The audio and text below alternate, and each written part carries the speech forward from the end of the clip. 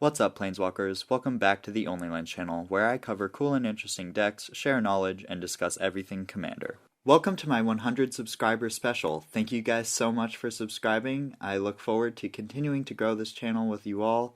This is a really special deck tech. As promised, this is my oldest Commander deck that I still have built. This was the third Commander deck I ever built. I've had it all the way since 2011 when the Precon came out. So this week's deck tech is built around Riku of Two Reflections. I always loved this card. I loved the lore. It's just some dude wanting to master spells and creature magic, but he didn't have time for both. So what does he do? Splits himself in two, clones himself. One of the copies learns spell magic, the other learns creature magic. So Riku is super versatile. He's kind of expensive for what he does, very mana hungry, especially in this day of age with compared to Miram or something. But he still can get it done. He's super versatile. He's able to copy creatures. He's able to copy instants and sorceries. So this is going to be a deck focused mostly around the creature half. I really enjoy just building him as an ETB value kind of thing. So a lot of Panharmonicon effects. A lot of flicker to reuse those ETBs and re-trigger our commander so we can copy those creatures in additional time. This is one of my favorite decks. I'm never ever going to break this deck. It's just so fun every time I bust it out. It's my deck of big numbers. It just does wacky things all over the place. Who doesn't want to kill someone with 2,480 Eternal Witness, it's just does hilarious stuff like that. Lots of big numbers, lots of wacky amounts of math. It's super fun, and I'm really excited to share this with you all. First, I want to go over the core of the deck. So these are going to be our main synergy pieces, and I'm going to try to build out all of our other categories, including our interaction, our ramp, our card draw, in order to synergize with our commander and secondarily these value pieces. So first we have Panharmonicon and Virtue of Knowledge. These are just ETB doublers. We are going to be trying to ramping using creature ETB and general ETB stuff and drawing cards in the same way and winning the game in the same way. So these are just going to double everything we do. We also have Parallel Lives and Adrix and Nev. These cards, just once we make a copy with our commander, that's going to be a token that we're creating, so we're going to get 2 copies. Just, again, going to make everything twice as good in the deck. And then we have a couple ways to flicker our creatures as well. We have Thassa Deep Dwelling as well as Conjurer's Closet. These just let us flicker, reuse ETBs. Also, our commander is an ETB, so when they get flickered, if we have the 2 mana open, we can pay 2, get an additional token copy of that creature we flickered. And then we also have Ghostly Flicker, which is a one-time off version of that effect. Can also be used to flicker lands, to trigger landfall or something like that. But let's get into our ramp. Riku is a very mana-hungry commander. He's able to copy anything you want, but you need to pay 2 mana for each thing that you want to copy. First, for ramp, we have Birds of Paradise. We got Soul Ring, Arcane Signet, Coiling Oracle, also can draw a card, Farseek, Nature's Lore, Rampant Growth, Sakura Tribe Elder, 3 Visits, City of Death. This one is really versatile. It can make a treasure and then just keep making treasures every turn, but our commander is going to be making some very powerful tokens. So in the right situation, this card can just sit on the battlefield and make us something broken, like an Atali or like an Inferno Titan, or, any number of broken creatures that I've shoved in this deck that are really fun to use. So this card's really powerful. We also have token doublers that we run in this deck, like Parallel Lives and Adrix and Nev, so there's synergy there. We run Cultivate, Cursed Mirror. Any deck that runs Atali should run Cursed Mirror. Just do it. Fable of the Mirror Breaker. Again, so makes a token that makes other tokens. So with token doublers, this is even better, because when you play it, you'll make 2 of those goblin shamans, and each time they attack, you'll make 2 treasures from each of them. So doubles, then doubles again. Also flips to the backside, which makes tokens, which we can double with our token doublers, and is just very useful in creature ETB value decks in general. We have Harrow. Notably, Harrow sacrifices the land as an additional cost to cast the spell, meaning if we can copy Harrow with Riku, we tap 5 lands, sacrifice one of those tapped lands, but we get 4 basics into play untapped. So it basically refunds itself entirely, and if we can copy it more times than that, it gets even more out of hand. Risen Reef, one of the best creatures to copy. If you're making multiples of something, these guys are going to copy off seeing each other enter the battlefield as well. So just really ridiculous when you can get like 3 or 4 of these guys on the battlefield. Tireless Provisioner, as I said, we have token synergies, we have land ramp, we're in green, so this is going to be making us a lot of treasure, ramping us really hard. And what else? The best ETB ramp creature, can find us our Triumphs, can find us our Shocklands, very useful. Now getting out into our card draw, I already talked about Coiling Oracle and Risen Reef in the ramp section, but they are notable sources of card advantage as well. We also have Thrill of Possibility and Big Score. With these, the discard is an additional cost to cast, meaning when you copy it with Riku, you won't have to pay that cost again. So it'll be discard 1, draw 4, and in Big Score's case, also make 4 treasures. We have Aether Channeler, also can be used to make flying blockers or bounce non-land permanents, which is very useful. Flame of Anor also doubles as artifact and creature removal. Mole Drifter, classic. We can evoke this one and still copy it with our commander, so we pay 5 total, draw 4, and get to keep around the 2/2 flying token. Consecrated Sphinx, just a really broken body. Having multiple is really good. That's exactly what I want in this deck. And the Great Henge. Our creatures aren't always that big, so we sometimes pay a little more into the Great Henge than I would like for most decks that run it. But we ramp really hard in this deck, so we can usually get away with it, and the card draw it gives us is really nice. This next category of cards I like to call cheating.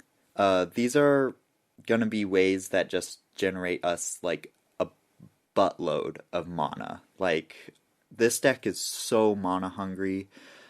I know we already have 17 sources of ramp in this deck, but we need a few ways that just like really let us get into those like hundreds, 200s level of mana, you know, like really ridiculous stuff.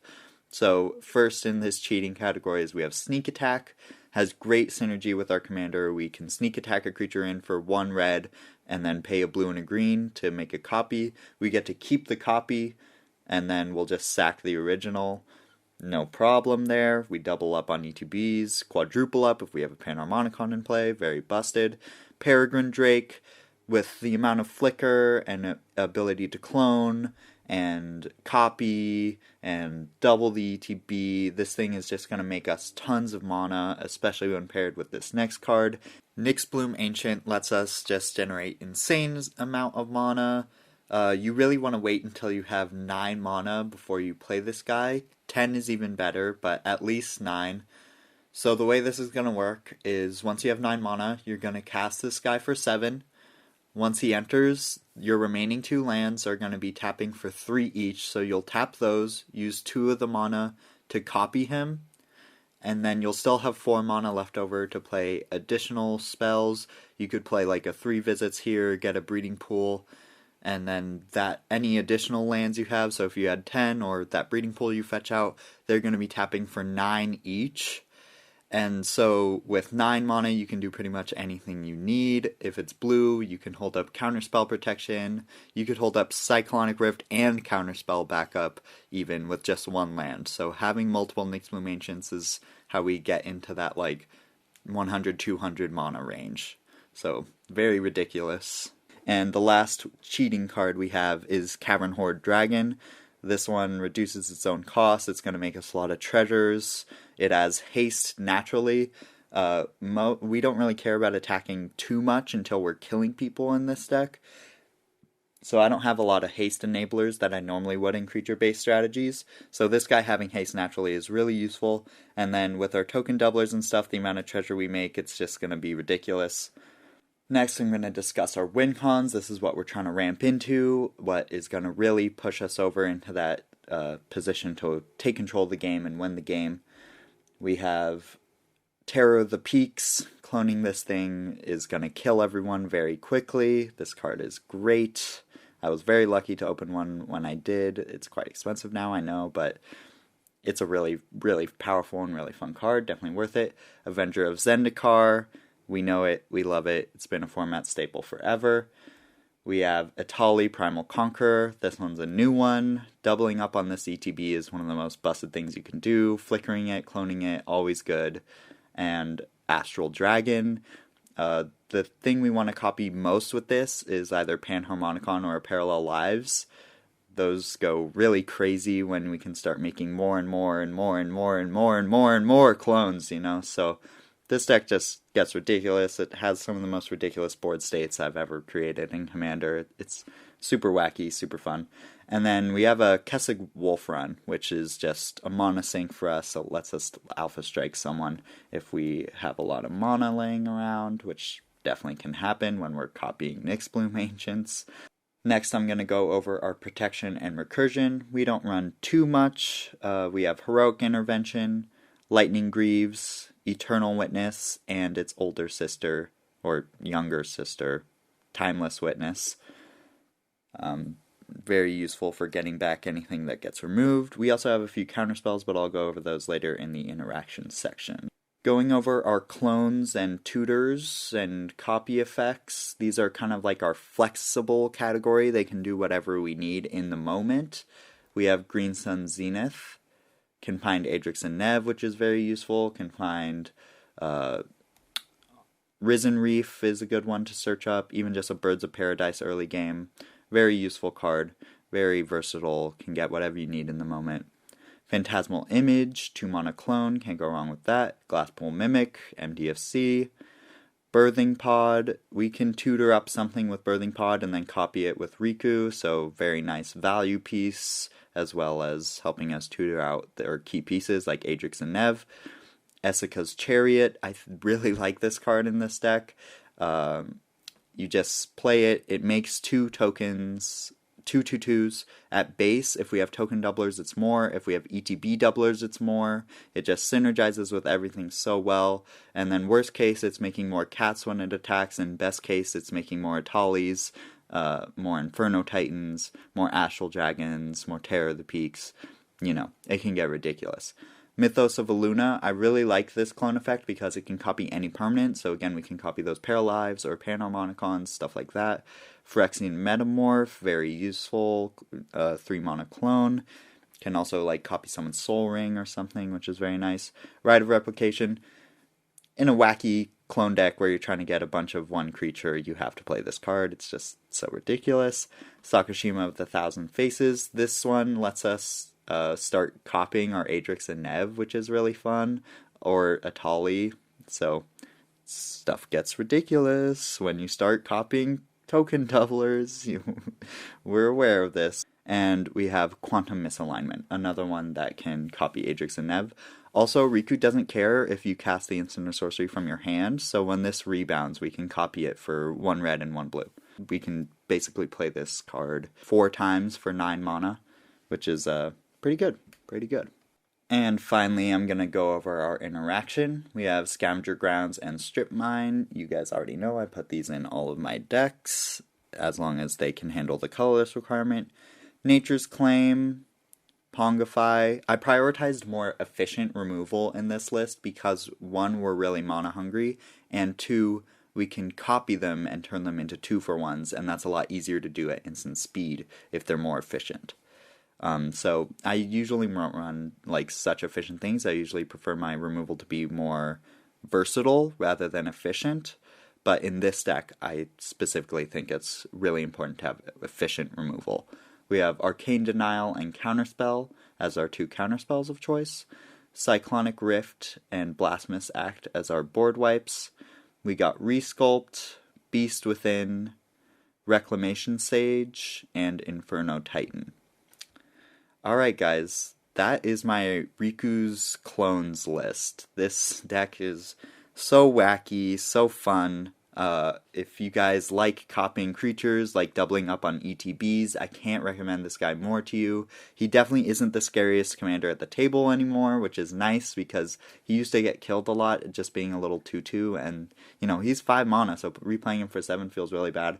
But this day and age, when you're up against like Muram and other broken cards like that, he really doesn't scare people as much as he used to, which is very nice, so he gets to stick around, do his thing. This deck's so fun, so wacky. I highly recommend you guys try it out for yourselves sometime. Thank you guys for checking out this deck tech. Leave a comment down below of what your favorite old commander is. I'm talking like pre-2015. Who's your favorite commander from back in the day? I'm really curious to see. Hey everybody, quick editor's note real quick. This card, Doppelgang, just got spoiled from the new Murders of Karlov Manor set, and I definitely want to slot that into this deck, so I just wanted to shout it out real quick. This card looks ridiculous. It's exactly what this deck is trying to do, so excited for that one. Alright guys, that's going to do it for this video. Remember to like and subscribe to my OnlyLands for the spiciest deck content on the internet. Thank you guys again, and I'll see you next time.